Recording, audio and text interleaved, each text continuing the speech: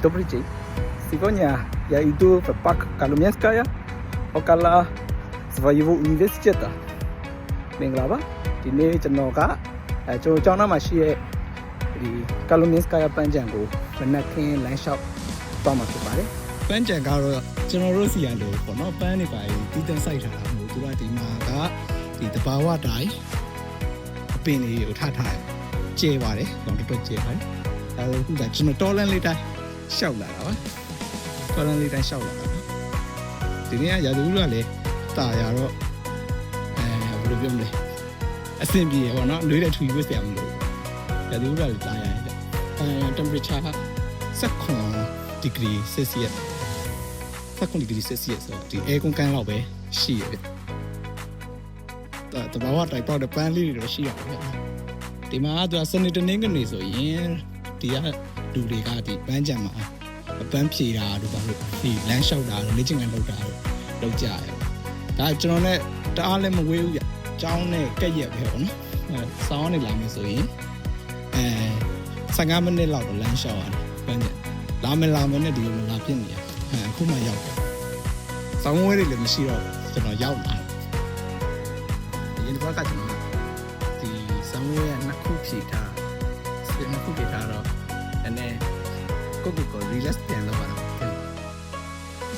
ဆောင်းဝဲနှစ်ခုရှိတော့အဲ့လို relax ပြန်လုပ်ရင်ဒီပန်းကြံကိုမနက်ခင်းလမ်းလျှောက်ရင်းနဲ့ရောက်လာတာပေါ့ပန်းကြံထဲမှာတော့ဒီနန်းတော်တစ်ခုရှိရဲ့ဗျနန်းတော်တော်တော်လှပါတယ်ဒါသူတို့ရဲ့ရှေးရောင်းရတာသူဘောနော်သူကျွန်တော်ထင်တာတော့မင်းသားဖြစ်မယ်တဲ့သူတို့ရဲ့နန်းတော့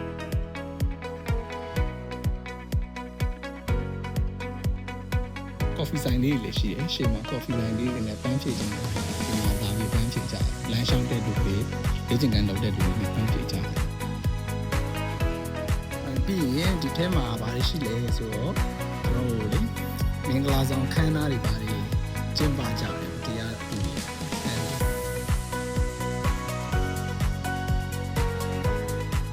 ဒါတော့ဒီအောက်ကရှိုးလမ်းလေးတိုင်းကျွန်တော်အောက်ကိုဆင်း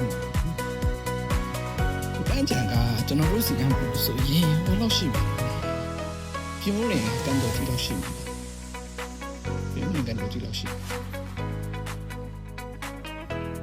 ပန်းချံတစ်ခုပဲရှိသေးတယ်မော်စကိုမှာကပန်းချံတွေအများကြီးရှိရဲ့ဗျဟိုမျိုးနေရာတိုင်းလို့ပန်းချံတွေရှိတယ်ဒါတော့ဒီကြကလေးပါအကျုံးလေးထားပါကိုစီမာလို့မဟုတ်ပါဗျာနော်ကိုရီစီမာတော့ဒါခီးတွေပါသွားတယ်အလဲဘက်တွေသွားတယ်ဆိုမုံတွေပါနေတယ်ဒီမှာတော့ကျွန်တော်တို့ဘာမုံမှမပါလမ်းလျှောက်တယ်မောရင်ဒီတောက်တယ်ရေတောင်ကကျွန်တော်အဆောင်ကယူလာအကြည့်ပါအောင်းလာရေဘူးလေးတစ်ခုနဲ့ပဲရှောက်သား